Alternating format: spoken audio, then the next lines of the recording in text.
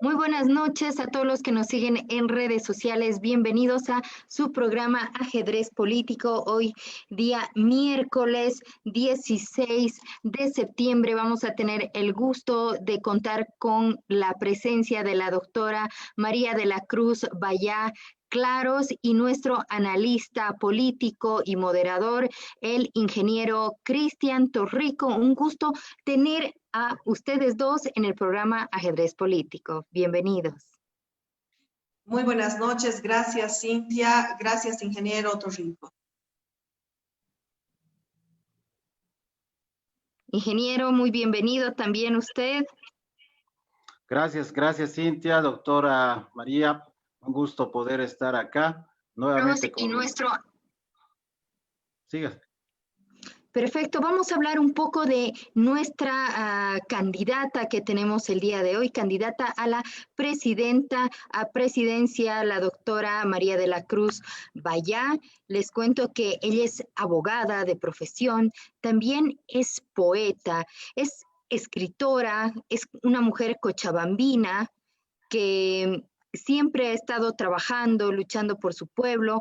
Ella nació en esta hermosa ciudad de Cochabamba el 2 de agosto, cursó estudios en el Colegio Alemán Santa María, que fue bachiller del Colegio Esclavas del Sagrado Corazón de Jesús.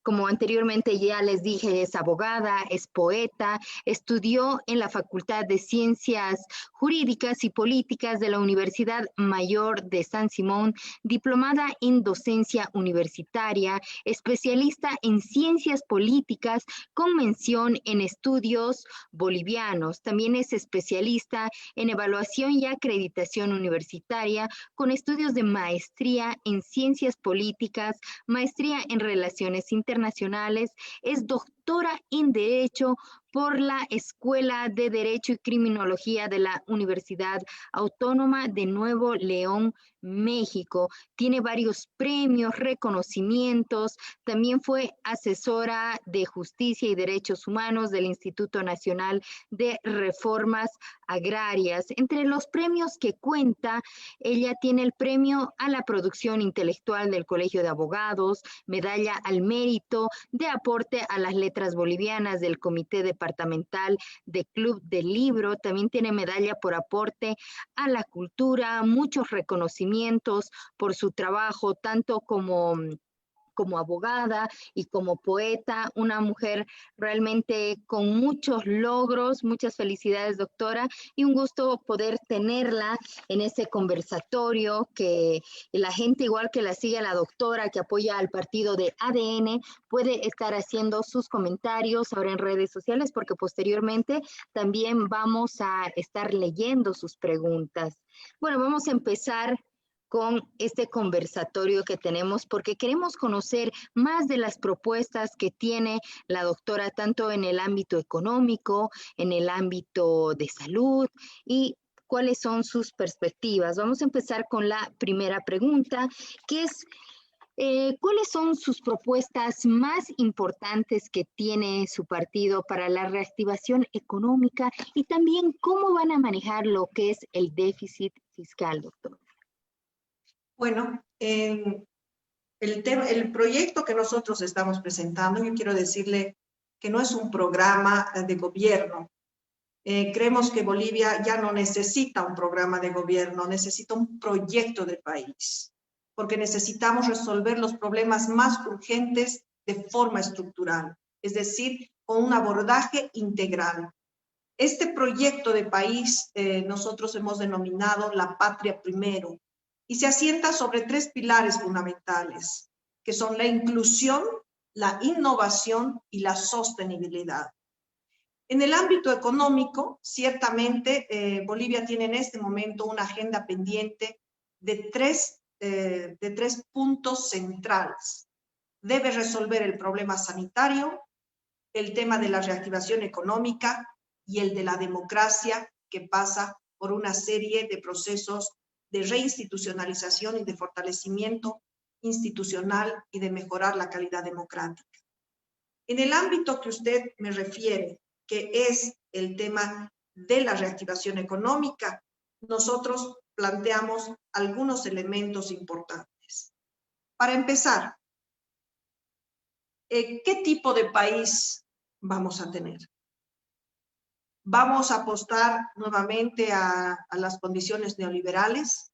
¿Vamos a apostar a las condiciones del neopopulismo? Es decir, ¿qué estamos esperando como país? Ahorita, nuestra coyuntura económica es de una gran incertidumbre. Hemos pasado de la resignación de los 14 años al miedo de la pandemia. Y lo que queda en adelante es una gran incertidumbre en todo sentido. Ahora bien, si nosotros pensamos que Bolivia debe reactivarse económicamente, la reactivación económica no es un fragmento, no es un cuadrado separado de todo. Para alcanzar una reactivación económica debemos resolver el problema sanitario. En este sentido, si nosotros vamos a reactivar el sistema económico, tiene que ser a través de los pequeños emprendimientos. Vamos a gestionar la capacidad productiva del pueblo boliviano. Nos dice el INE que teníamos hasta antes de la pandemia el 4.73% de desempleo. Hemos visto con el incremento, con la exportación de gente que hacemos, con todo lo que significa el empleo informal en la cancha, que estamos alrededor del 70, 80 en este momento o más de un desempleo estructural. Entonces, el tema de la reactivación económica debe responder a la agenda de ese desempleo estructural. ¿Cómo gestionamos la sobrevivencia al COVID de manera paralela a la sobrevivencia al hambre que está generando el paro, el aumento, el incremento del desempleo en nuestro país? Hoy la gente está sobreviviendo como puede. Si usted camina la cancha como la he caminado hoy día, realmente uno dice, aquí está la crisis económica. Porque nosotros estamos viendo un incremento de los vendedores. Si usted da una vuelta el Obelisco de La Paz, hay 45 vendedores en ese pequeño espacio. Entonces, ¿qué debemos hacer? Están vendiendo de todo. La gente está desesperada porque ya los ahorros han terminado, no hay empleo, las empresas se están cerrando. El año 2017, sin pandemia, se cerraron 60,000 pequeños emprendimientos. Entonces, ahora que estamos en pandemia, ¿cuántos estarán cerrados? Hemos visto que el lugar donde íbamos a tomar un té o un café, dándonos el lujo de nuestros ahorros, resulta que ahora está cerrado, que ha despachado 1 o 2 personas. Entonces, el tema de la reactivación económica debe realizar este abordaje. El pequeño emprendimiento es una posibilidad de reactivación. Pero ahora, el problema de la pregunta inmediata es, ¿cómo generamos ese pequeño emprendimiento si la gente no tiene los recursos necesarios para gestionar ni siquiera la sobrevivencia? Y es ahí donde la propuesta es la devolución de los recursos de AFP. Debemos establecer un porcentaje, el 25% que sirva a cada uno de los ciudadanos que ha aportado, que son sus recursos, para sobrevivir.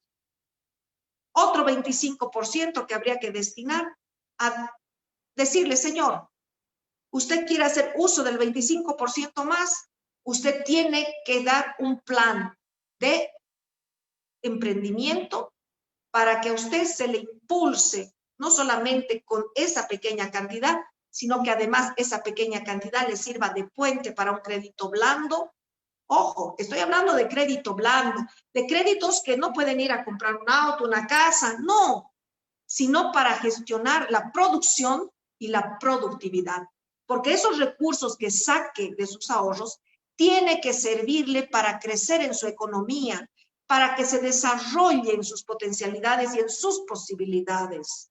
Y esto puede gestionar una dinámica económica interesante porque precisamente no estamos yendo a un mayor endeudamiento. Si nosotros queremos hacer un mayor endeudamiento, ¿hacia ¿hacia dónde? ¿Para qué? Para que el gobierno que entre y que reciba ese dinero se lo ponga al bolsillo. Es decir, necesitamos seguridad económica, seguridad de inversión. Entonces, esto puede gestionar el tema de la reactivación económica, pero además también debe coadyuvarse con otras líneas de producción, que son en el caso de volver a la tierra, por ejemplo, de optimizar el cultivo de la tierra, porque el caso peruano es emblemático, si usted lo ve. El caso peruano nos dice a nosotros que es decir, 600.000 hectáreas de cultivo, de legumbres, de una serie de productos, produce más que 1.300.000 hectáreas que estamos produciendo en Bolivia. Entonces, realmente es desastroso cómo no estamos aprovechando y optimizando la tierra. Y no lo estamos haciendo porque no hay proyectos de agua. En el caso de Cochabamba, tenemos el Valle Alto, que ya ha sido, que dice no merece mayor inversión porque es semidesértico y aquí no produce nada. ¿Cómo? Si fue el granero de Bolivia. Ahí necesitamos desarrollar el proyecto Comercocha. Necesitamos desarrollar agua para cultivo y agua para la subsistencia también de la zona sur.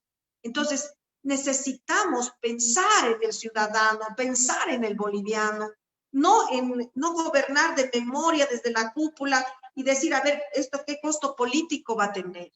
Entonces, la reactivación económica no puede medirse con un cálculo político. La reactivación económica tiene que mirarse con responsabilidad, porque debe apuntar al desarrollo. Hasta ahorita el tema, es decir, nuestro sistema productivo ha sido malversado, porque se ha transformado la matriz productiva de Bolivia. ¿De dónde es la cebolla que usted consume? Del Perú. ¿De dónde es la papa que usted consume? Del Perú. Es decir, ¿qué estamos consumiendo nosotros? Hemos convertido nuestros campos en algo que ya no está siendo cultivado porque o están en la migración o están en la coca. Entonces, nos han convertido en un país de subempleados, del narcotráfico, del contrabando, que alimentan las economías de otros estados y no las nuestras. Entonces, uno de los elementos centrales para esto, sin duda, es sin recurrir al dumping, que es la figura de competencia desleal, que es un delito comercial en el mundo entero, nosotros podemos recurrir al incremento del precio de los productos importados. Y eso va a hacer que todos los bolivianos tengamos que consumir lo boliviano. Tenemos que empezar a consumir lo boliviano. Si no, no vamos a salvar nuestra economía. No vamos a promover fuentes laborales directas e indirectas. Y esto es fundamental para el desarrollo de un país. Y no estoy hablando de un crecimiento económico que es como una luminaria. Es decir, agarramos, hizo un ratito que tiene un efecto electoral, como hemos visto en los últimos años. Pero así como se ha hecho el crecimiento al doble aguinaldo, no se ha desarrollado económicamente. Nosotros con esta reactivación económica tenemos que ir al desarrollo económico. Ciertamente que el desarrollo económico no es tan visible, no es tan rentable electoralmente, pero es sostenible en el tiempo y se nota precisamente en el mejoramiento de las condiciones y la calidad de vida de los bolivianos. Ahora, el tema del déficit, el déficit lo tenemos porque nos han robado, porque aquí han hecho una mala administración, porque hemos tenido un cajero, ¿no es cierto?, y no un ministro de Economía. Entonces, aquí queda claro que no ha habido un gobierno comprometido con Bolivia y no lo hay. Pero la diferencia es que ahora estamos en una emergencia nacional y hay que reactivar, pero no se puede reactivar simplemente con discurso. Ciertamente deben ser propuestas claras y concretas, como las que estamos en este momento planteando, como fundamento básico que pueda sostener el tema económico. Ahora es evidente que esto no va a ser tan fácil de hacer, porque debemos generar las condiciones a través de estas cosas que parecen tan básicas, pero que además tienen que ver no solamente con la puesta a la tierra, sino con el mejoramiento de las condiciones al sector minero, para que se pueda gestionar a través de del desagregado, ¿no es cierto?, de los concentrados que se venden al exterior a precio de gallina muerta y que en el exterior desagregan en otros minerales y una tonelada de zinc se ha convertido en otros minerales y lo que costaba aquí $500 cuesta ya 5.000 afuera por los desagregados. Entonces, necesitamos generar la potencialidad de la tecnología, del mejoramiento de las condiciones. Necesitamos que el oro se quede en Bolivia para reactivar el nuevo patrón valor que se está dando en el mundo entero, porque la crisis económica va a venir en un coletazo al mundo entero, porque es una pandemia mundial. Lo único que tenemos que esperar es que el gobierno que entre no venga pues a resolver los problemas fiscales pisando el cuello a los bolivianos, porque se tiene que llevar el dinero del bolsillo.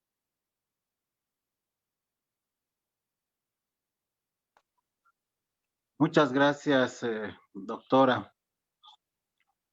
Ay, perdón, muchas gracias, doctora. Ahora queremos ver también que estaba con el micrófono silenciado. Queremos saber qué opina nuestro analista político de estas observaciones que ha hecho la doctora, las propuestas que tiene y las críticas también que se ha realizado al anterior gobierno e ingeniero, su punto de vista desde como analista político, ¿no? Muchas gracias, doctora. Gracias, Cintia. La verdad, escuchar la doctora me agrada un poco porque creo que es una de las pocas candidatas que ve la realidad boliviana. La verdad, escuchándola, no sé, usted pasaba por la cancha el día de hoy y yo durante la semana, los últimos meses, por donde yo vivo, en el centro de Cochabamba, paso por las calles y se han abierto más de 15 tiendas de verduras, más de 15.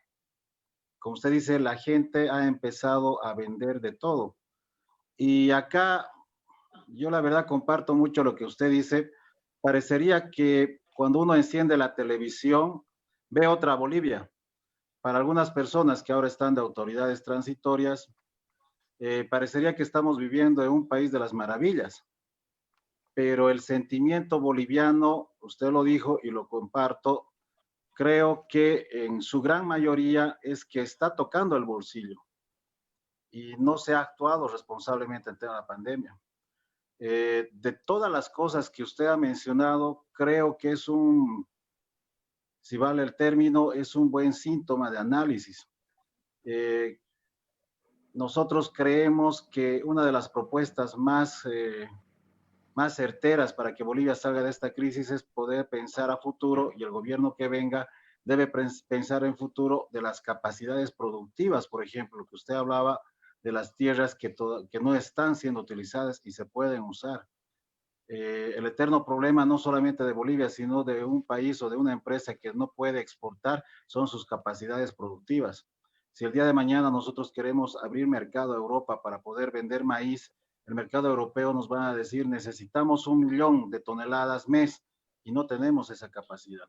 Y como usted dice, habría que pensar en una Bolivia que programe y que pueda no hacer una propuesta política, sino, como usted dice, una visión país. Entonces, a ver, algo muy sencillo. Quisiera también escucharla, el análisis que usted hace, la propuesta que ustedes hacen, es a raíz de un escenario obviamente que tenga indicadores económicos, que tenga indicadores de lo que está ocurriendo.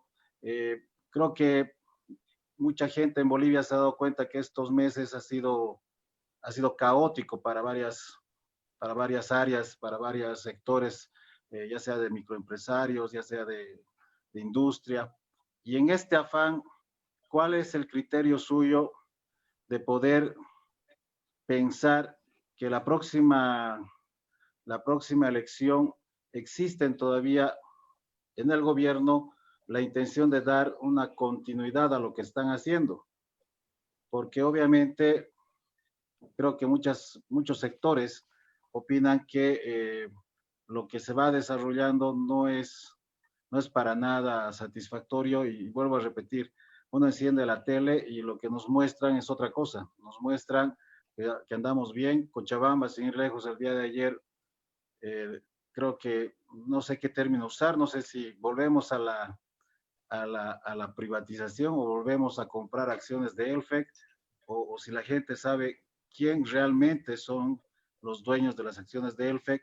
Y el gobierno mencionaba que lo hace con mucho orgullo y lo hace con mucha alegría de devolver las acciones a un sector empresarial que obviamente seguramente pues tendrán todos los argumentos técnicos, legales para poder hacer esa transición, pero ¿de qué Bolivia estamos hablando? ¿De qué Bolivia habla la tele y de qué Bolivia hacemos la propuesta? O en este caso hacen la propuesta ustedes.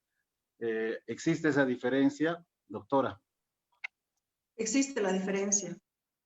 Existe la diferencia porque una cosa es gobernar desde la realidad y otra desde la esperanza. Hay que gobernar desde la realidad. Y la realidad no se la aprende en el gabinete. Usted puede tener todo el bagaje, el background, todo, el know-how, pero lo que no tiene es el acercamiento real de las necesidades. Por eso he decidido hacer mi campaña en las calles, bajar a la calle para encontrarse con el pueblo, no solamente para llevarle la esperanza de que hay alguien que lo está escuchando, sino de asumir sus intereses, sus intenciones, sus necesidades para alimentar ese proyecto de país, para retroalimentarlo. Yo soy una convencida de que en la economía no se la puede improvisar. Gracias a Dios tengo un equipo, por eso debo hablar de nosotros, porque tengo un equipo. Y en realidad tengo un equipo de dos formas. Uno, que son los con los que hemos estado trabajando, discutiendo los temas económicos, los temas sociales, políticos, jurídicos, pero también tengo el gran equipo con el que cuento que se llama Bolivia.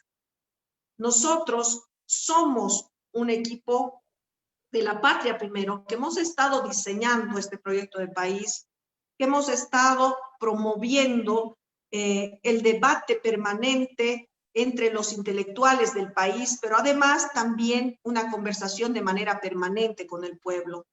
Por eso es que a este equipo central que me acompaña, tengo un equipo fundamental y fundante que se llama Bolivia, porque contamos con ellos para rediseñar, para hacer la reingeniería económica. No es suficiente, le decía con lo que acabo de mencionar, tenemos en el tema de las tierras, por ejemplo, hemos estado abandonando el tema de las tierras y hemos estado improvisando cultivos. No se puede trabajar ni la producción ni la productividad improvisando cultivos, improvisando, está de moda la soya o está de moda aquel otro producto y vamos a quemar, vamos a chaquear, vamos a ampliar la frontera agrícola para poder tener mayores beneficios. En este momento el cultivo que más nos sirve es aquel que genera empleo, no en el que se genera mayores maquinarias porque eso quita el empleo. Habíamos propuesto precisamente que este sistema de producción y productividad debe darse en función de la vocación del uso de suelo, de la vocación, en este caso, productiva, de los determinados productos que podamos ahí cultivar. Por ejemplo, estamos abandonando nuestro cacao, porque estamos ampliando la frontera agrícola para otro tipo de cultivo y estamos quitando uno de los cacaos más importantes del mundo y más caros en el mundo, que es el boliviano, que está tan bien valorado en el mundo. Entonces, necesitamos que el tema de la tierra se vaya en la inversión en ese sentido. Pero además, también no solamente hay que reactivar la tierra, hay que reactivar el tema de la industrialización. Y en ese tema también hay que generar esa inversión que les decía con mucho cuidado, porque no vamos a invertir en solamente maquinarias extranjeras. Tenemos que aportar, que generar un cerebro boliviano. El cerebro boliviano tendremos que sacar a nuestros estudiantes, a nuestros profesionales afuera. Durante 5 años, por lo menos, tendremos que invertir en su capacitación en los distintos puntos del mundo, porque lo que nos interesa es que vengan con el know-how de tener distintas versiones aglutinarlos para que pueda haber una industria innovadora en Bolivia. Si nosotros no apostamos a eso, vamos a seguir siendo un país de subempleados. No vamos a salir nunca y tenemos demasiado talento en nuestros jóvenes como para malversar la próxima generación, como se han malversado las anteriores y la mía propia. Entonces, estos elementos hacen a una reactivación económica real, de Estado, de apuesta de país y a la medida de los talentos, de las oportunidades, de lo que nosotros nos merecemos como país y como pueblo. Entonces, el tema de la reactivación económica pasa por estas connotaciones, pasa por estos elementos, pero sobre todo el tema de los programas debe ir casado. Por eso decía, no podemos decir, vamos a gestionar este programa de esta manera y bueno, en el estado de cosas en el que está Bolivia, vamos a improvisar. No, ya hemos tenido demasiada improvisación económica, ya nos han afectado demasiado nuestras oportunidades, tenemos demasiada gente exportada y nuestra gente que ha sido exportada, hemos vivido de un sistema productivo interesante. Nuestro primer ingreso, los hidrocarburos que los da la tierra. El segundo, la exportación de gente que nos trae las remesas. El tercer producto, la droga. Y el cuarto producto, el contrabando. Después viene el resto, por índices económicos. Entonces, cuando nosotros hablamos de los indicadores económicos, me va a disculpar, pero yo no quisiera fijarme en los indicadores nacionales porque no tienen credibilidad. No tienen credibilidad porque han sido distorsionados durante 14 años y no ha cambiado nada durante esta gestión. Quiero ir al tema de en este caso, de la CEPAL. La CEPAL nos dice que realmente estamos con más de 8 millones de desempleados en este momento, con más de 2,5 millones de emprendimientos que ya han fracasado, que vamos a tener un déficit regional del menos 9% en el PIB. Es decir, esta es una realidad aterradora. Aterradora si no tenemos una agenda económica, si no tenemos una dirección, un norte a dónde ir de manera responsable. Entonces, este tema económico no se lo va a resolver de manera sencilla si no tenemos un gobierno fuerte y fortalecido. Y cuando digo esto, estoy diciendo de un gobierno de concertación. Es en ese momento que necesitamos la expresión de unidad que estamos buscando con el pueblo.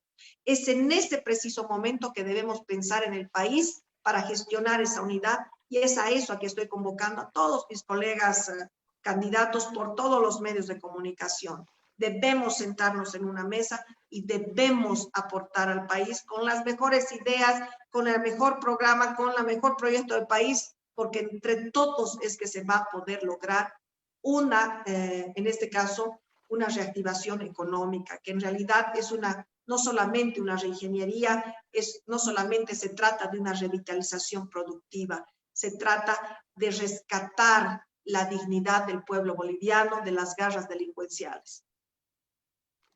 Muchas gracias, doctora. Bueno, ahora vamos a pasar. Si me permite. Sí, claro. La verdad, doctora, escuchándola, son varios temas los que usted levanta y son muy, muy interesantes.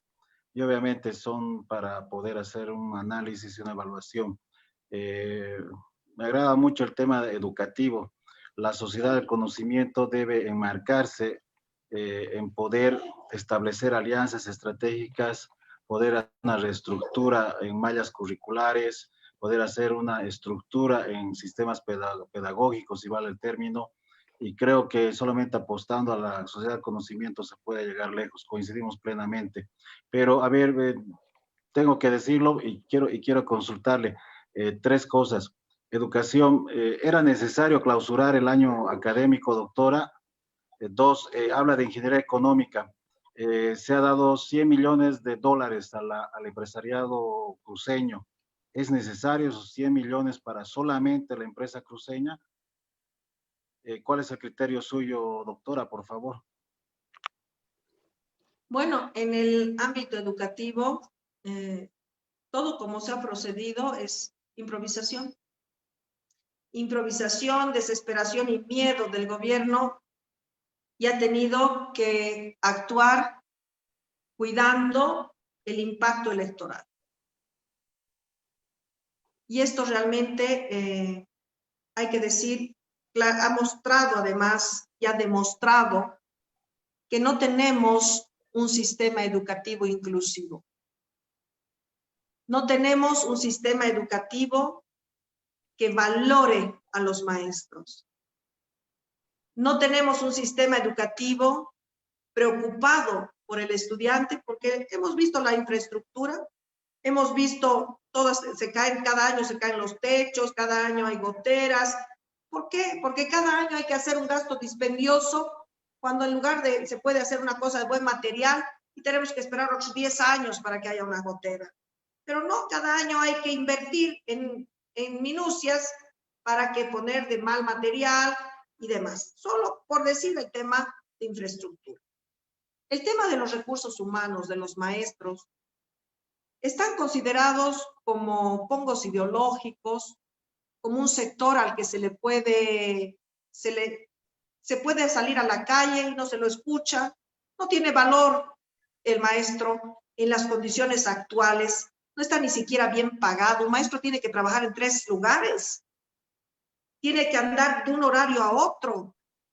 Entonces, hay una subvaloración del sujeto más importante del país, que es el maestro, porque es el que enseña el camino, la ruta de la transformación social. Y ahora han tenido durante 14 años que resignarse a adoctrinar a los alumnos, cuando la educación debe ser liberadora, debe enseñarse a vivir para cambiar la vida, es decir, para actuar, para innovar, porque mientras tanto vamos a tener secuelas sociales muy importantes de depresión, de ansiedad y de todo en los niños y en los maestros. Entonces, la educación para mí es una zona estratégica. Si nosotros no valoramos, no equiparamos salarialmente a los maestros, vamos a tener una pérdida de talento porque están desesperados por sobrevivir, y uno debe reconocer. Necesitamos aperturar espacios en las escuelas, sobre todo para los maestros. Pero hay una cosa que nos ha mostrado la pandemia, le decía al empezar esta explicación. Nos ha enseñado que no hay inclusión digital en el país y hay que apostar a la inclusión digital. Si todos somos iguales, todos los estudiantes deben tener la oportunidad de estudiar lo mismo con sus maestros. Los maestros del campo, no hay señal, el Tupac Katari da señal a Ecuador, de Ecuador baja por Perú y después aquí ya es la señal más cara. No sé para qué tenemos el satélite Tupac Katari si no podemos dar internet gratuito a nuestros estudiantes y a nuestros maestros. Porque encima los maestros tienen que enseñar por Zoom o por Meet y cuesta, los megas cuestan. Y encima tiene un salario tan pírrico el maestro que no sabe si va a pagar su clase, el Zoom para su clase, o va a comer. Entonces, estos son algunos elementos que permiten pensar que ha habido improvisación, miedo, incertidumbre, y lo más fácil ha sido, bueno, vamos a declarar la clausura del año, nos critica un organismo internacional y entonces hay que darle retro al tema porque a ver cómo lo resolvemos, y hemos hecho un papelón nacional e internacional. ¿Por qué? Porque no hay claridad, hay una lógica de improvisación absoluta. Para el tema educativo necesitamos también políticas de Estado. Las políticas gubernamentales ya hemos visto de todos los colores, de todas las formas, que lo único que han buscado es someter al maestro y bueno, decir los chicos, no importa que aprendan o no aprendan, total igual van a graduarse, ¿no? El saber, los saberes, la autoevaluación, está bien porque enseñan la honestidad a los chicos, pero ¿es eso necesario? Es decir, ¿qué otras cosas? Ahora, aquí hay una cosa que quiero decirle en el tema educativo. No se puede improvisar una política de Estado nuevamente desde gabinete. de ser gobierno, yo voy a convocar a todos los maestros del país, porque ellos son los expertos. Ellos saben, conocen las deficiencias de la educación boliviana, saben cuál es el norte de esta educación que pretenden, que aspiran, los jóvenes que aspiran a nuestro país. Entonces hay que sentarnos en una mesa, hay que discutir, hay que trazar, hay que diseñar la educación boliviana. Entonces ahí debe implicarse. Ellos deben designar su ministro. No lo tiene que hacer, no lo voy a hacer yo. Si soy gobierno, yo voy a invitar a la Confederación de Maestros y voy a decir, bueno, elijan su ministro porque empezamos el rediseño de la educación boliviana. Y tiene que hacerlo gente que sabe, gente que está todos los días metido en la pomada. Y no, aunque yo sepa, yo sé de la educación universitaria, pero aquí también hay un divorcio entre el colegio y la universidad. Hay una fractura que cuando pasa el estudiante de bachiller a la universidad, hay una fractura emocional. Entonces, debe haber un nexo, debe haber una continuidad para darle oportunidad al estudiante en su forma de hablar, en su forma de escribir, en todo. No se puede seguir improvisando, no se puede seguir subvalorando a los maestros. Muchas gracias, Gracias, doctora. doctora. Continuamos, Cintia, por favor. Claro que sí, anteriormente estuvimos hablando de la reactivación económica y el tema del déficit fiscal. Doctora, quisiéramos saber cómo va a financiar ese déficit fiscal vía incremento de la deuda externa, de la deuda interna o reducción de las reservas internacionales netas que genera o va a generar una mayor presión a todos los contribuyentes en el tema tributario. Queremos saber cómo va a hacer cómo va a financiar el déficit. Mire, voy a empezar por la parte final de su pregunta. No se puede. ¿Para qué tendríamos que presionar con más tributo? ¿Para qué? ¿Para convertirnos en una edad media en el que el monarca iba a una guerra y porque no tenía para la pólvora o para financiar los legionarios o todas esas cosas, los soldados, generaba un nuevo tributo? Hoy día, ¿para qué un nuevo tributo? ¿Para que nos sigan robando? ¿Para que nos sigan robando? No, no se le puede cargar al pueblo otro tributo. Hay que generar esto que le digo, estas movidas económicas que nos permiten alcanzar una posibilidad de sobrevivencia económica. Ahora, realmente es muy complejo el problema económico.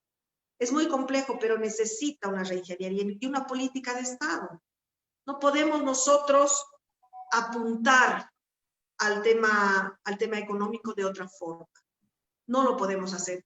Por eso necesitamos, le decía, un gobierno fuerte y fortalecido para que pueda gestionarse. Ahora, el tema del endeudamiento, ciertamente para generar una mayor estabilidad económica, macroeconómica, hay que generar los vínculos, hay que promover los vínculos internacionales para el intercambio comercial en mejores condiciones.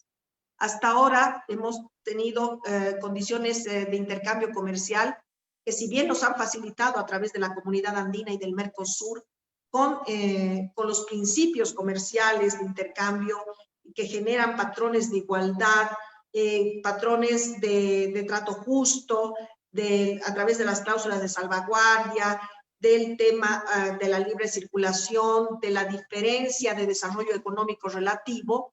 Esto es lo que hay que aprovechar, hay que gestionar, pero el endeudamiento externo tiene que venir de manera planificada.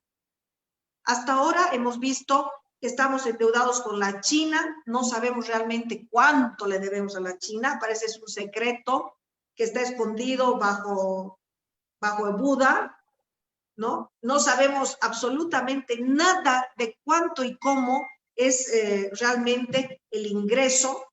No sabemos cuánto realmente es el presupuesto, nos dan una cifra, nos dicen el déficit es tanto, pero no lo sabemos.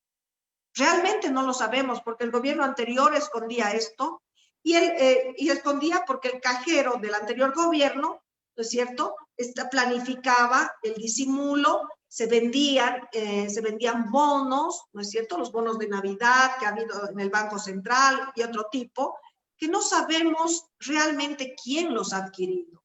Entonces, el tema económico en Bolivia tiene que ver con esos principios. Si vamos a endeudarnos, si necesitamos endeudarnos, lo tendremos que hacer de manera planificada y lo tendremos que hacer de manera efectiva. Es decir, para decirle en una palabra, encorsetar en la producción y la productividad, porque esa es nuestra garantía de retorno, de pago y de desarrollo. Entonces, si esto nosotros no lo planteamos de esa forma, estamos perdidos. Es decir, no nos sirve el discurso, no nos sirve la tibieza. Necesitamos gestionar una política económica que resuelva los problemas del desempleo estructural, del subempleo y del empleo infantil, del empleo adolescente. Es decir, tenemos una serie de problemas que resolver en materia económica, pero no lo estamos haciendo. No podemos endeudarnos para solamente gestionar un empréstito a determinadas empresas. Y no importa si estas son cruceñas, cochabambinas, paceñas, hay que incentivar la empresa privada, hay que darle los créditos blandos, pero esas empresas tienen que garantizar fuentes laborales directas y tienen que garantizar la productividad y la producción, es decir, la sostenibilidad de la economía nacional. Por eso es importante que nosotros apostemos nuevamente, repito, a una política de Estado económica con visión de país. Muchas gracias, doctora. Algo que me gustaría también acotar, usted nos habla de los tributos, que no aumentaría porque ha visto que siempre ha habido una malversación de este dinero. ¿Y usted cómo lucharía contra la corrupción que ve dentro del gobierno?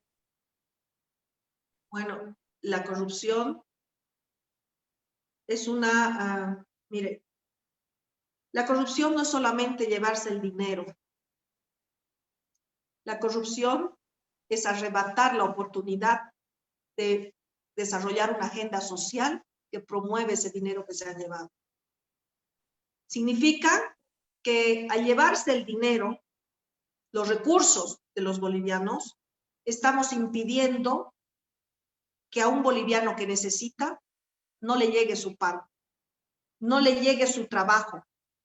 Estamos matando de hambre y matando las oportunidades. El desempleo es un fracaso social, es una ruptura del vínculo social, es una ruptura de la identidad, porque si usted tiene desempleo, si el gobierno promueve desempleo, es porque quiere al hombre con precio. Es decir, un hombre desempleado pareciera que adquiere precio para someterlo, para humillarlo. Nosotros hemos tenido una política de administración de la desigualdad, del sometimiento y la humillación de manera permanente en el país. Y eso es con lo que queremos acabar nosotros. No podemos ir a este tipo de gobiernos a repetir estas conductas como lo está haciendo este gobierno, que es un remedio barato de Evo Morales. No podemos seguir en esa conducta. Tenemos que pensar en el pueblo, tenemos que pensar en Bolivia. No podemos subir al poder y decir, bueno, estamos aquí y ahora, ¿qué nos llevamos? Lo único que sé es que tal vez este gobierno, si nosotros supimos, si nosotros asumimos el poder, no encontremos ni polvo ni telarañas porque se han llevado hasta eso. Entonces, ese es el riesgo que estamos corriendo. La corrupción no puede ser tratada de manera con privilegios, con juicios de responsabilidad únicamente, con privilegios de Estado. Al delincuente se lo trata como delincuente y se lo tiene que llevar ante la justicia y se tiene que procesar y se tiene que renacionalizar esos fondos, es decir, se tiene que rescatar esos fondos que son nuestros y que ellos han tenido el atrevimiento de robarlos. No vamos a resolver el tema de la corrupción con besitos. Tenemos que resolver el problema de la corrupción con los juicios, con justicia y equidad social, porque el pueblo no merece tener más delincuentes en un gobierno. Nosotros, usted y yo y el señor, el ingeniero Torrijos, somos ese pueblo. Somos ese pueblo que se ha hecho a partir de su talento. ¿Qué nos ha dado este gobierno? ¿Qué nos ha dado el anterior? Solamente indignidad. El rescate de los recursos de la corrupción es el rescate de la dignidad, de la honradez y de la virtud y la ética de un pueblo. Nosotros no podemos seguir mirando con patrones o con eslogans, roba pero trabaja. No, nosotros lo pusimos en un puesto. Es un servidor público. El presidente tiene que ser un servidor público como cualquiera. ¿Qué es eso de caudillismo, de adoración, de tener que sacrificar las niñas? Es decir, por favor, nosotros queremos ser el gobierno del fin de los privilegios, del servicio a la patria. Por eso estamos metidos en esta candidatura. Por eso estoy soportando ser la chica cero. Porque he decidido ser la cero corrupción, la cero injusticia, la cero impunidad. Las encuestas me dicen que soy la chica cero. Claro que sí. En esa dinámica, en esa ruta, claro que lo soy. Muchas gracias, doctora. Queremos saber, por favor, su opinión del ingeniero Torrijos relacionado a estos temas. Doctora, la verdad, hoy leí en noticias que creo, no sé si estoy equivocado, corríjame si estoy equivocado, la Asamblea Legislativa sacó el informe mencionando el tema de casos respiradores y aparentemente existe mucha información para evidenciar que ha habido obviamente malversación y ha habido participación del gobierno. Yo coincido con usted que debe pasar por una etapa de un juicio, pero uno se pone a pensar como ciudadano de a pie, tienes temas respiradores, tienes temas de pruebas, tienes temas de del tema de yacimientos, pero nadie hace nada. O sea, yo no veo un juicio de responsabilidades hasta el momento. Usted plantea hacer un juicio. Pregunta, ¿el juicio es suficiente para poder esclarecer este tema de corrupción que se está dando en el país?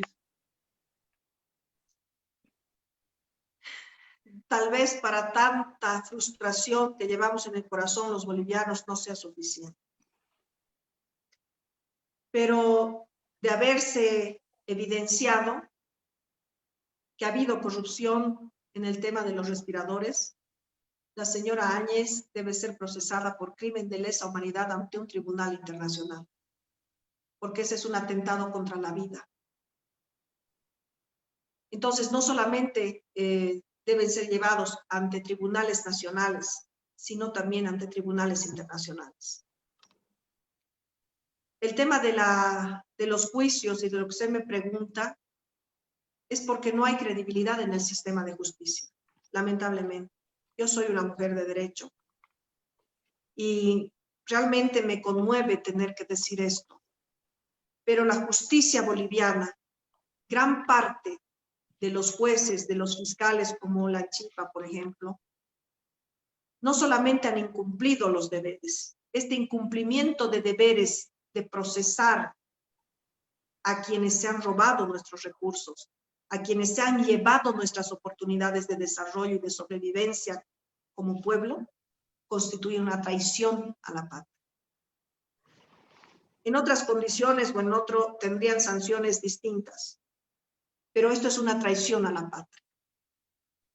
No solamente el hecho de jugar con la justicia, sino de jugar con la dignidad y el orgullo de un pueblo. El tema de la justicia es un tema que debe ser revisado, que debe ser reinstitucionalizado en función de las capacidades, no en función de las lealtades. Ese es nuestro problema, las lealtades en el sistema de justicia. La lealtad no puede ser a un caudillo ni a un partido. La lealtad es a la patria. La fidelidad es con la patria. No es con las instituciones, las personas, no. Yo por eso me siento muy honrada de contar con un equipo que está compuesto por gente muy valiosa de las Fuerzas Armadas, generales de las Fuerzas Armadas, generales de la policía, con consultores internacionales, con profesionales nacionales, con gente joven, con gente del CONAMAC, de la UNICA, de las distintas comunidades, porque hay que oír a todos para organizar un proyecto de país. Y esto es fundamental. Y realmente en esto nosotros debemos ir escuchando. Quiero pedirle que si yo no salgo en esta elección, quiero pedirle al que salga que cuente con nosotros para construir país. No vamos a pedirles puestos, como nunca lo hice cuando he asesorado a las embajadas de nuestro país. Nunca he cobrado un peso. He ido, me he presentado y le he dicho, ¿qué necesita de mí que yo pueda hacer? O me han convocado varias veces y me querían pagar un pasaje. No, yo no cobro mi país. Hay que servir al país, porque hay una cosa que es esencial en todo esto, y en el tema de la justicia sobre todo. Uno dice, yo soy boliviano, y lo dice tan fácil, y no es fácil. No es cuestión de ser boliviano, hay que merecerse ser boliviano, hay que merecerse este país, y merecerse significa honrar este país, desde el puesto que tengamos, desde las actividades que desarrollemos. Por eso, la exigencia de tener un sistema judicial confiable, que administre justicia, que no administre poder, ni privilegios, ni influencias, que administre justicia. Y decirle a la Asamblea Legislativa, no tiene que hacer otra cosa que crear derecho boliviano, y crearlo realmente pensando en el país, garantizando los derechos y protegiendo los derechos fundamentales. Si hay una obligación, es honrar este país. Si hay un derecho, es defender nuestra democracia, que ha costado muchas vidas, ha costado mucha sangre. Yo, por lo menos, y quiero decirlo, realmente para mí es una necesidad esta defensa y esta participación y esta articulación de la unidad nacional, porque en definitiva yo soy descendiente de Esteban Arce. Tengo la libertad tatuada en la sangre. Creo en la libertad, creo en la democracia, creo en mi pueblo. Por eso estamos promoviendo y proponiendo proyectos, o por lo menos en esto, propuestas de Estado que puedan ayudar, que puedan coadyuvar. Ojalá tengamos el privilegio de llegar, la confianza y el corazón del pueblo para hacerlo. Pero si no, estaremos ahí para coadyuvar, para apuntalar las transformaciones que sean necesarias en nuestro país, para fiscalizar las mismas, porque ya no nos vamos a dejar robar. Vamos a hacer la campaña para que nos devuelvan los robados, a todos ellos. Y si la justicia no quiere escuchar al pueblo, pues se van, porque hay bolivianos que sí van a atender al pueblo. Por eso es que necesitamos en el ámbito de la justicia y en el ámbito de todas las áreas que deben sufrir una reingeniería, debe empezar por una nueva constitución, por un nuevo pacto social. Porque esta nuestra constitución es interesante, pero trata de resolver un problema histórico, cultural, que no se resuelve en una constitución, que se resuelve en la mesa, que se resuelve en la conversación y a través de una concertación nacional. Esta constitución nos ha generado las heridas más graves de nuestra historia. Y nosotros debemos generar una nueva constitución que aglutine, que incluya a todos y que haga sentir a todos bolivianos, como el Mal, que ahora no se siente boliviano. Hay que incluirlo. Él tendrá sus motivos para decir no me siento boliviano. Pero entonces, ¿cómo? ¿Cuáles son las condiciones para sentirse boliviano? ¿Cómo es posible que nosotros no nos sentamos parte de la tierra de donde somos originarios? Entonces, estos son los elementos esenciales en el ámbito de la justicia. que hay que resolver. No basta con decir el derecho a la vida, el derecho al trabajo, y tenemos a todo el pueblo desempleado y a punto de morir de hambre, y estamos atentando contra la vida porque priorizamos el dinero a los respiradores. Entonces, realmente hay que aprender a decir las cosas con verdad, llamar a las cosas con su nombre y ejercer la libertad de ser un pueblo, de ser un país y para gestar un futuro para nuestros hijos. Ya no podemos malversar el futuro. El futuro lo tenemos que construir hoy día, no mañana. Muchas gracias, doctora. Vamos a pasar, son las 10:43 minutos. Vamos a pasar a lo que la gente nos pregunta en redes sociales. Álvaro Claros nos dice, ¿qué acercamientos han realizado con otros partidos para lograr un frente con mayor fuerza? También quería comentarles si ha visto las últimas encuestas que ha sacado la Fundación Jubileo en el escalón que usted está. Y bueno, relacionado a esto nos preguntan si va a haber un acercamiento con otros partidos para crear una mayor fuerza. Bueno, yo quiero decirle, ¿qué pesa más? ¿50 gramos o 1 kilo? La unidad, ¿cuánto podemos incidir los más pequeños? Los que somos chicos 0 y los menudos. Si sumamos a Chi con 3, a Tuto con 2, a mí con 0.8, casi 1, y al señor Feliciano Mamani con 1 tal vez, estamos hablando de cuánto, para sumar certeramente y no como el ex vicepresidente. 3 más 2 son 5, y de a 2, póngale 7. ¿Qué ha cambiado? Nada. Entonces, ¿quiénes deben procurar articularse y unirse? Los del kilo, no de los 50 gramos, los del kilo. Porque entre Yanine Áñez, entre Camacho y Mesa, ¿cuánto van a lograr? ¿Van a lograr realmente articular? Si vale 10% o 14% y la otra señora 10%, son 24%. Eso hace la diferencia.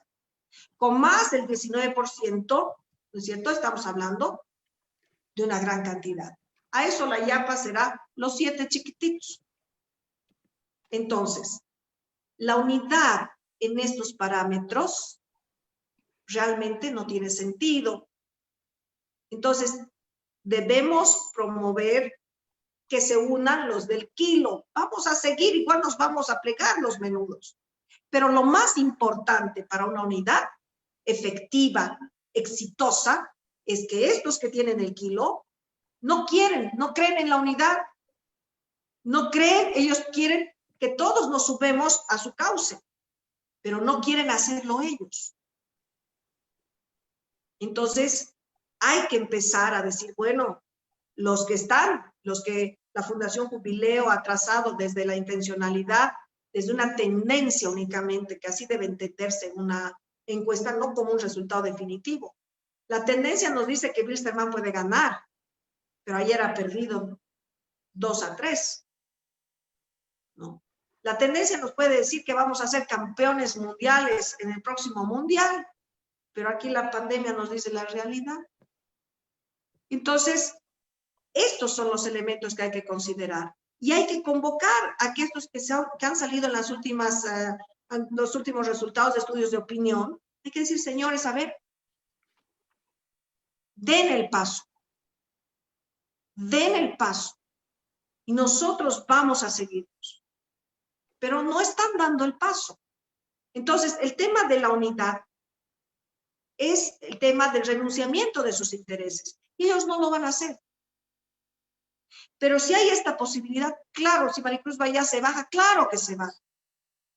Si vamos a ir a una articulación de unidad, todos nos tenemos que bajar. Y todos debemos decir, bueno, señores, en consenso, es esta la persona. No vamos a decir por los medios ni vamos a malversar el derecho de opinión de la gente diciendo esta persona. No. Necesitamos articular una unidad de verdad. Y si no es posible en esta fase, habrá que comprometerse en la próxima fase para hacer ese gobierno fuerte y fortalecido. Yo no me voy a cansar de convocar. Estoy desde antes de las primarias en este asunto.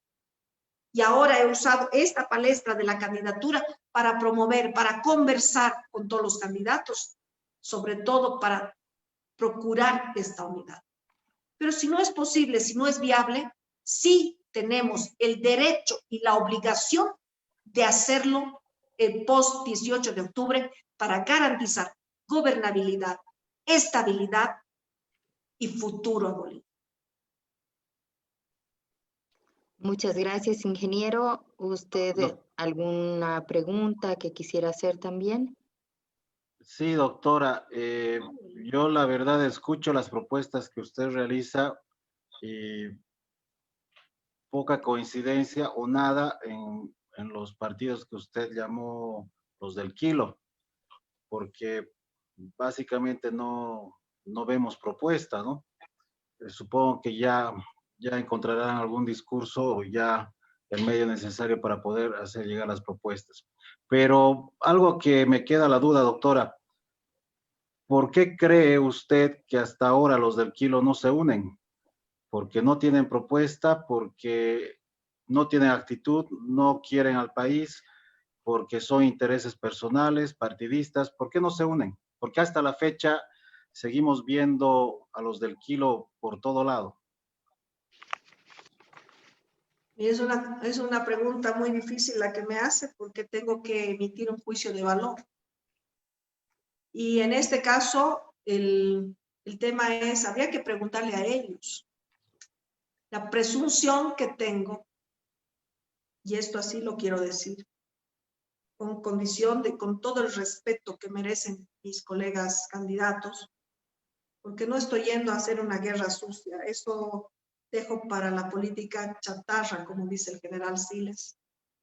Estamos yendo a una apuesta de política de alta gama, a una política de respeto, de dignidad, de orgullo nacional.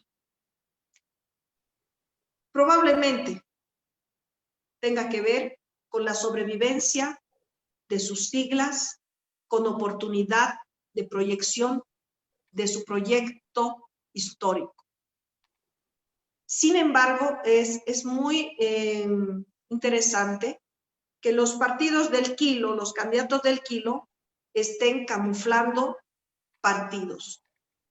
El caso del FRI con Comunidad Ciudadana, el caso de Juntos, que tiene que ver con Demócratas y Unidad Nacional, ¿no? Que van conjuntos y con un color diferente. El tema de Creemos, que va con UCS, ¿no? Entonces, hay un cierto camuflaje que no sé a qué obedece. Aquí sería importante, sobre todo porque en los últimos años el sistema político ha estado privatizado en el país, ¿no? Cada tienda política tiene su dueño, cada tienda política decide quién es su candidato, y cuando lo designan también deciden si lo apoyan o no, y si le hacen el cortapiso, también hemos visto eso, ¿no? Entonces, en ese momento habría que preguntarles a ellos, yo les estoy diciendo una conjetura, unas variables a las que puede responder la conducta. Sin embargo, también es importante que ellos están diciendo que van a ser electos, que van a jugar hasta el último minuto y que ahorita el sistema electoral no permite alianzas, ¿no? Puede ser. Estoy pensando con beneficio de inventario, estoy pensando en la buena fe que puede haber. No quisiera pensar cosas contrarias, porque esas cosas contrarias podrían conducir a un error de concepción de los candidatos que ya tienen un voto duro, que ya obedecen a determinadas tendencias ideológicas y también algunas acciones pragmáticas, ¿no? Entonces, le digo, ingeniero Torrico, que no sé, no les he preguntado, pero habría que hacerlo y ellos deberían responder de manera pública, porque la configuración que estamos viendo es la exigencia, bájense todos, ¿no? Y están mirando a los chiquitos. Y los chiquitos, le digo, ahorita le he hecho la comparación, equivalemos a 50 gramos, es decir, no cambia nada la figura, porque con 7 gramos no empatamos siquiera. ¿no? Gracias, doctora. Doctora, a ver, dentro de esto que me permite, yo obviamente con todo respeto a todos los que también nos siguen, dentro que esto me permite de ser analista, dentro del análisis que veo, corríjame si estoy equivocado, por favor, lo que usted menciona es simplemente la identificación de consignas políticas. Al escucharla he identificado de que se trata, el término que usted usó es dueños de siglas, partidos políticos, pero no hay un común denominador de propuesta en los partidos de Quilo. Es más, en las propuestas que usted hace no coinciden, sin ir lejos, ni siquiera los de Quilo. Podríamos ver los de Gramo también. Ayer o anteayer lo escuchaba a Tuto Quiroga, que está en los de Gramo. No es coincidente con la propuesta que usted tiene. Entonces, en un primer análisis, usted lo dijo, creo que a estos de Quilo y a algunos de Gramo solamente les interesaría o se estarían centrando en poder hacer un bloque político, pero no un conjunto de propuestas. Hasta ahora, los de Quilo no han dicho, yo voy a este cuadro de ingeniería económica, yo voy a este otro cuadro de la parte educativa. Y algo que a mí me agradó escuchar a usted sobre el tema de capacidades productivas, repito, Bolivia necesita capacidades productivas y nadie habla de eso, ni azules, ni verdes, ni anaranjados, ni rosados, ni nada. Y creo que el valor esencial para un país de industrialización es la capacidad productiva. Entonces, en este análisis, no sé si es coincidente con usted, pero los partidos políticos parecería que van a llegar a una consigna política mayoritaria, pero no un consenso programático, no un consenso de propuesta. ¿Es así, doctora?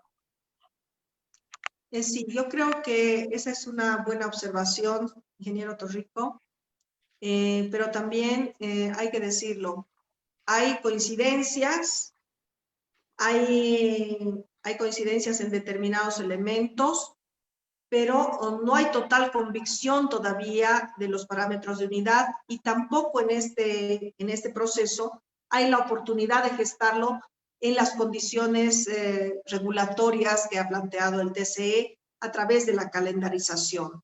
Hubiera sido muy interesante que nos permitiera eliminar excepcionalmente para estas condiciones el principio de preclusión que nos impide generar una alianza entre los partidos.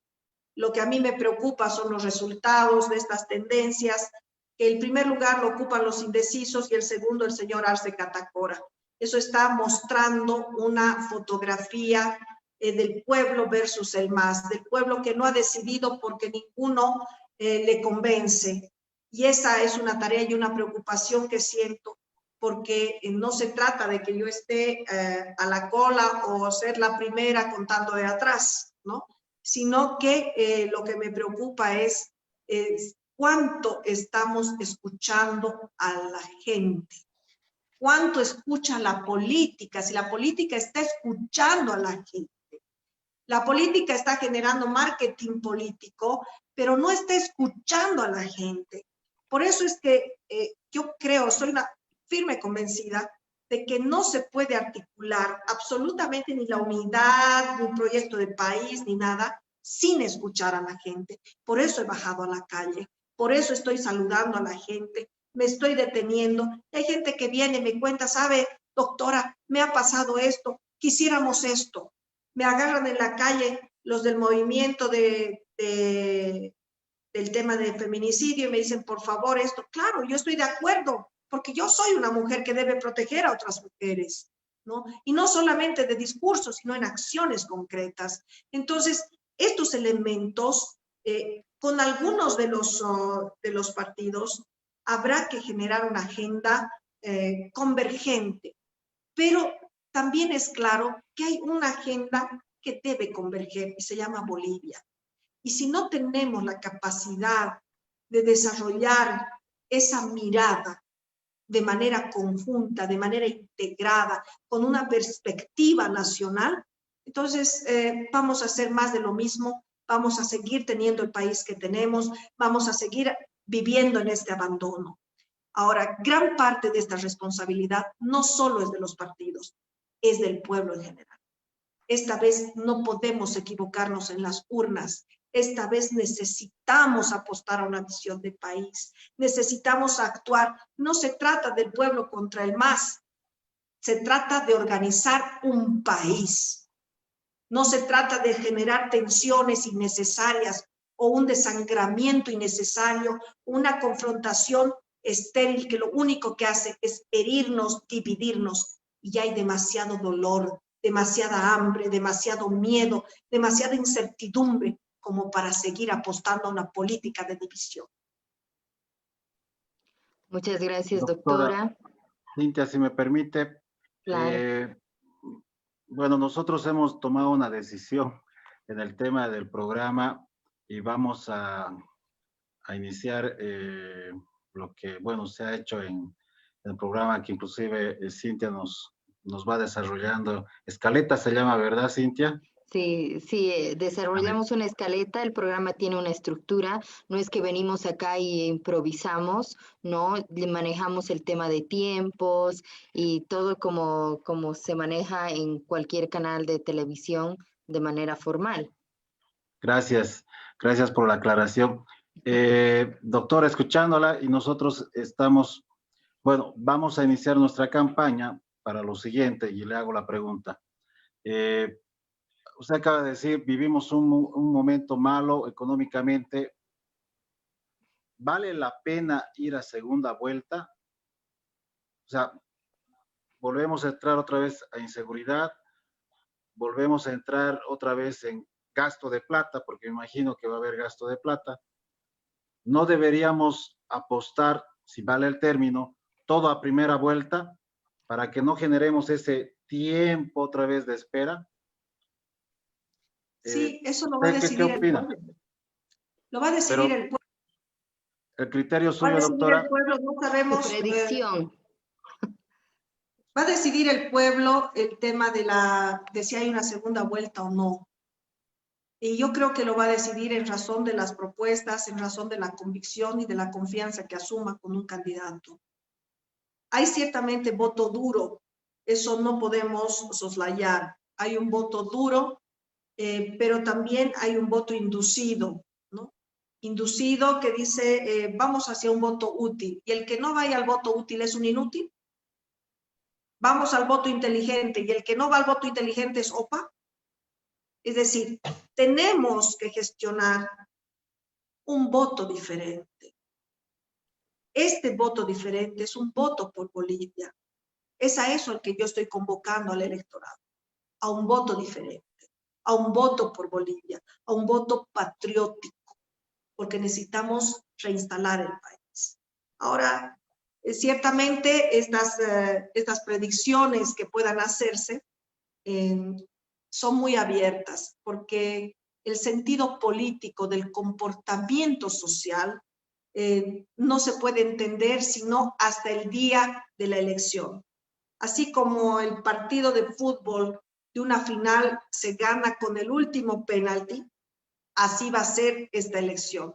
Y no es abierta ni cerrada, depende de la voluntad del pueblo. Cuando uno va a votar, uno puede estar seguro de voy a votar por tal persona. Pero esa mañana se ha levantado con el pie izquierdo, ha discutido en su casa y bueno, llega a la papeleta y vota por otro, ¿no? Gran parte tiene que ver con la emoción, gran parte tiene que ver con la convicción, pero al voto que estamos convocando y que yo convoco al pueblo boliviano es al voto de la responsabilidad, de la oportunidad, no más de lo de siempre. Debemos ser diferentes y debemos tener responsabilidad con el país. Así que esperemos que no haya una segunda vuelta, pero de haberla, tenemos que afrontar esa segunda vuelta con dignidad, con comprensión, con tolerancia, porque se trata de un país el que debemos forjar. No nos podemos equivocar esta vez. No podemos seguir conectando enfermedades sociales, rupturas identitarias, despojos de la Hayu que nos han llevado a esta situación que estamos viviendo hoy día. Muchas gracias. Doctora, con esto termino, Cintia, y continuamos con las últimas preguntas. Muy importante ver el rol de la mujer en las elecciones. No quise decirlo y con las disculpas del caso. Mi madre la escuchó en un debate y no sabía por quién votar y dijo, yo voy a votar por ella, dijo, ¿no? El sentimiento femenino, si vale el término, creo que se concentra en las candidatas, pero creo que para algunos ha sido muy duro ver a una autoridad transitoria que obviamente ha generado mucha inestabilidad hoy en día. Sin embargo, ¿qué opina usted de la participación de la mujer? Vemos solo dos candidatas, la actual y usted. Después no hay tres, la de Pambol también creo, ¿no? Pero creo que es suplente, no sé. Pero se ha logrado poder entrar en ese equilibrio hombre-mujer, porque en teoría debería haber, en teoría digo, Tuto mitad también hombres tiene y su mitad mujeres. vicepresidenta mujer, Tomasa. Claro, pero me refiero a candidatos presidenciales. Ah, presidenciales. No, solo dos creo son. ¿Usted qué considera, doctora? Pues Bolivia ha cambiado esa hermenéutica de que solo los varones podían ser candidatos a presidente. ¿Cuál es el sentimiento suyo en este contexto? Mire, yo vengo de mi madre es doña Aida Claros de Bayá, la primera ginecóloga especializada en el departamento de Cochabamba. Ella está en la historia de la medicina. Ha sido la primera mujer ministro de Salud Pública. Como verá, es un legado que hay que honrar. Son las primeras mujeres que abrieron el camino para que nosotras, las mujeres de hoy, transitemos sobre sus huellas de manera más fácil, de manera menos compleja que antes, pero tenemos un problema.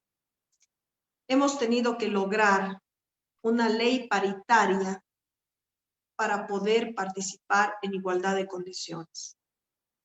Sin embargo, esta ley paritaria parece exclusiva para debajo de los binomios y no para cumplimiento total. Estamos viendo candidaturas que llevan dos varones, donde la mujer no tiene un rol.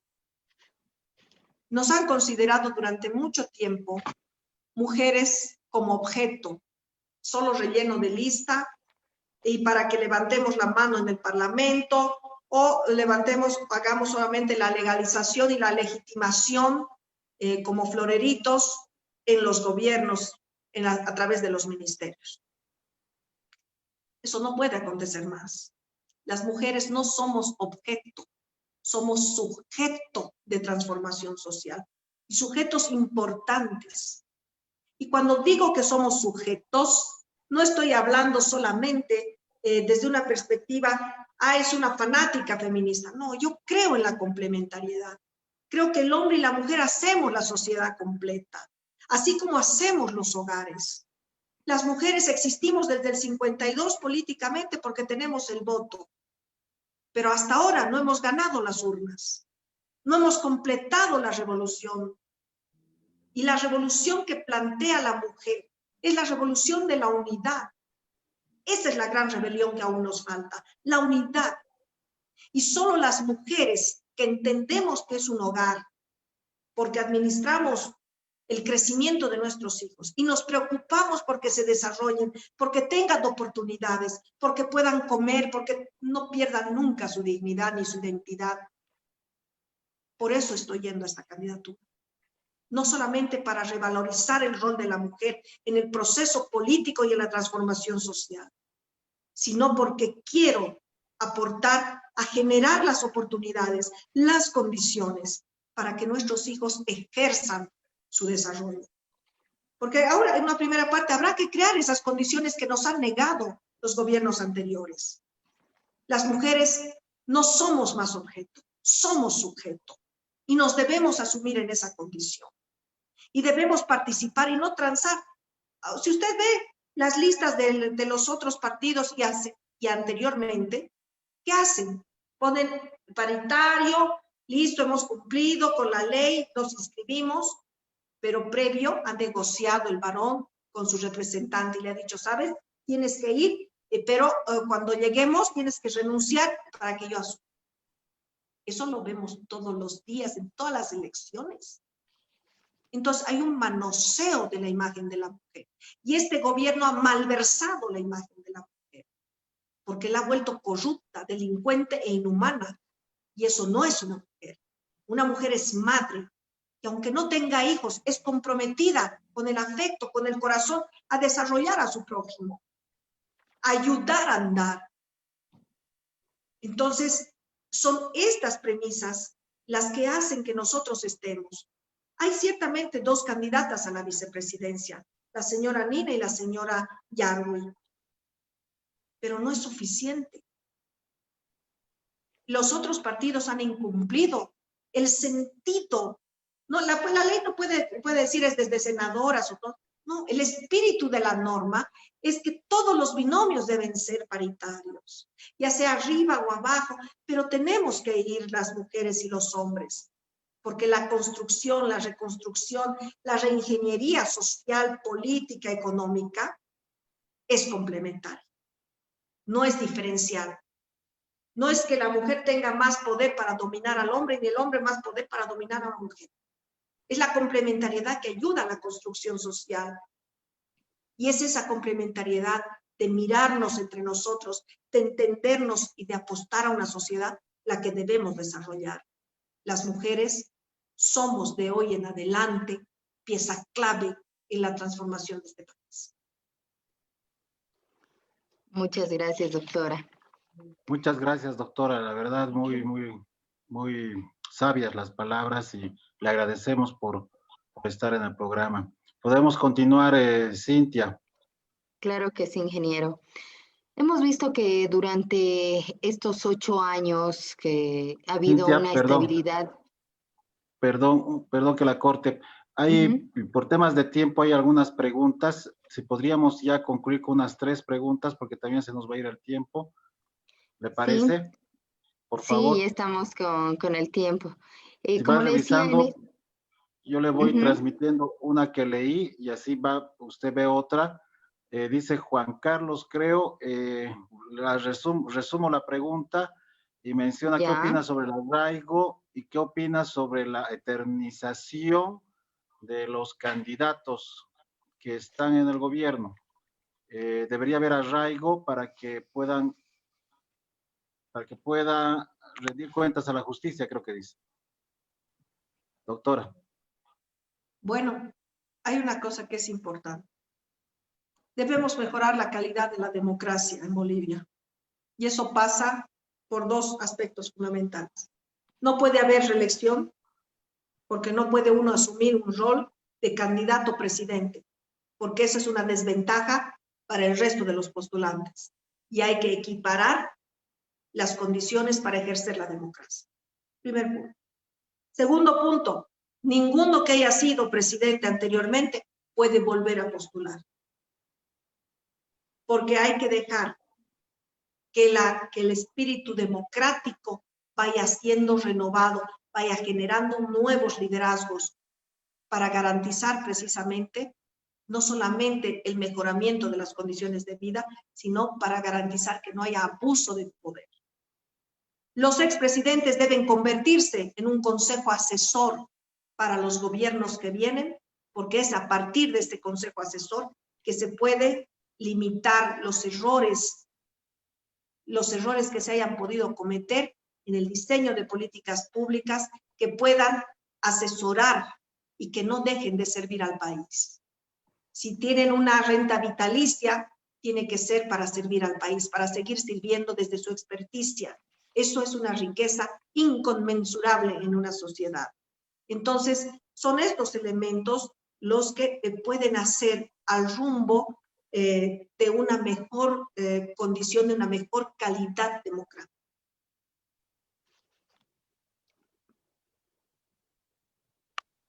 Gracias, doctora. ¿Podemos continuar, Cintia, con las otras preguntas, por favor? Claro que sí. Doctora, como le decía antes, en estos últimos 8 años ha habido una estabilidad en el cambio del dólar, ¿no? Entonces, ¿usted qué va a hacer? ¿Va a haber una devaluación del tipo de cambio o se volverá al sistema del bolsín o se fijarán bandas cambiarias? ¿Se implementarán algún tipo de cambio diferenciados? ¿Cómo va a ser el tema del tipo de cambio? Porque mucha gente se preocupa y se pregunta cómo va a ser este tema del tipo de cambio. Bueno, a ver, en este momento yo quiero decirle que hay varias opiniones, hay varias corrientes. La primera que plantea que debería haber una devaluación de un 60%. Y se argumenta en el tema de ser la moneda más cara. Hay tendencias que dicen precisamente hacer bandas cambiarias, hay otras que hablan del bolsín, reproducir el bolsín. Sin embargo, cada una de estas propuestas tiene aristas que pueden ser beneficiosas, que pueden ser negativas, pero lo que hay que pensar es no solamente en el tema de la proyección económica, sino del costo social. En este momento, lo más factible, de acuerdo con los expertos del BID, con los expertos que están asesorando economías y sobre todo en países como el nuestro, donde tenemos en este momento una incertidumbre macroeconómica, es el tema de generar una política fluctuante, en este caso, de cambio fluctuante, para promover lo que le decía al principio, la reactivación económica. Sin embargo, habrá que ver la realidad cuando se tengan los números reales, no escondidos, no artificiosos ni artificiales, en los que Bolivia se encuentra en este momento de manera, en la forma económica, en la forma productiva, financiera, monetaria. Porque podemos aventurarnos a decir esto va a ser, porque la idea en condiciones normales sería promover una estructura para entrar y gobernar y no tener que hacer un diagnóstico y de aquí a 100 días recién vamos a pensar qué hacemos, ¿no? Las condiciones normales nos dicen que hay un desfalco económico. Nos dicen que la única forma de sostener los incrementos en los temas de salud, los incrementos en los temas de productividad, no solamente es un endeudamiento mínimo, que hay que hacerlo, pero de manera planificada, como le decía al principio. Sin embargo, el tema cambiario es un tema que hay que resolver, porque en este momento es un tema que está limitando el intercambio comercial y que está generando la posibilidad del ingreso de los productos de otros estados, y estamos alimentando con la compra de los bañadores peruanos, ¿no es cierto?, que vienen del Perú, la economía peruana, no la nuestra. Entonces, son estos elementos que deben detectarse para asumir una política cambiaria en el país, de hecho, precisamente porque no estamos sabiendo en este momento la realidad total de lo que está aconteciendo. Sería una arbitrariedad, una improvisación y una conjetura decirle vamos a hacer esto, por esto, por esto, por esto. Desde los indicadores de la CEPAL le estoy comentando estos elementos que nosotros pensamos que es la mejor ruta en este momento en las condiciones de incertidumbre que estamos viviendo por la pandemia. Muchísimas gracias, doctora. Interesante su punto de vista. Ingeniero, ¿usted quiere acotar algo? No, Cintia, me parecería más bien que si podemos leer las preguntas de los que nos están escribiendo y siguiendo, por favor. Claro que sí. Rommel Loaiza nos pregunta, ¿por qué es la candidata de un partido político como ADN y no de una agrupación ciudadana más independiente? ¿Por qué ha elegido ADN para representar a este partido, doctora? Mire, Cintia, tengo que confesarle un secreto y espero que no sea tan público. Yo no pretendía ser candidata, pero las circunstancias de representar a la plataforma La Patria Primero, que se ha convertido en un movimiento sociopolítico, me invitaron a una reunión, los de ADN, para hablar sobre el tema del país. Hablamos cerca de 4 horas. Me sentí como si hubiera dado una defensa de tesis y no había pasado por una conversación tan seria desde el examen de mi doctorado. Cuando terminamos de hablar, ya eran las 2 de la tarde, habíamos empezado cerca de las 9:30 de la mañana, y el jefe nacional de Acción Democrática Nacionalista me dijo: queremos que usted sea nuestra candidata a la presidencia. Yo lo miré y de verdad no supe qué contestar en ese momento, y en ese momento estaba a mi lado el general Remberto Siles y me dijo: esta es su oportunidad, doctora, para plantear la unidad y para ejercer la libertad de diseñar el país que usted va gestando en el proyecto desde hace mucho tiempo, con el paseo por todo el país y con conversaciones con las organizaciones que han resultado en un libro que se llama La Patria Primero. Esa fue la conversación, así se dio esta candidatura, y el momento que asumí, que dije que sí, me casé definitivamente con Bolivia. Y a partir de eso dije: no puedo malversar esta oportunidad y debo decir las cosas desde el fondo del corazón, como pensamos los del pueblo. Hay que decirlo porque es un tema de responsabilidad social y política.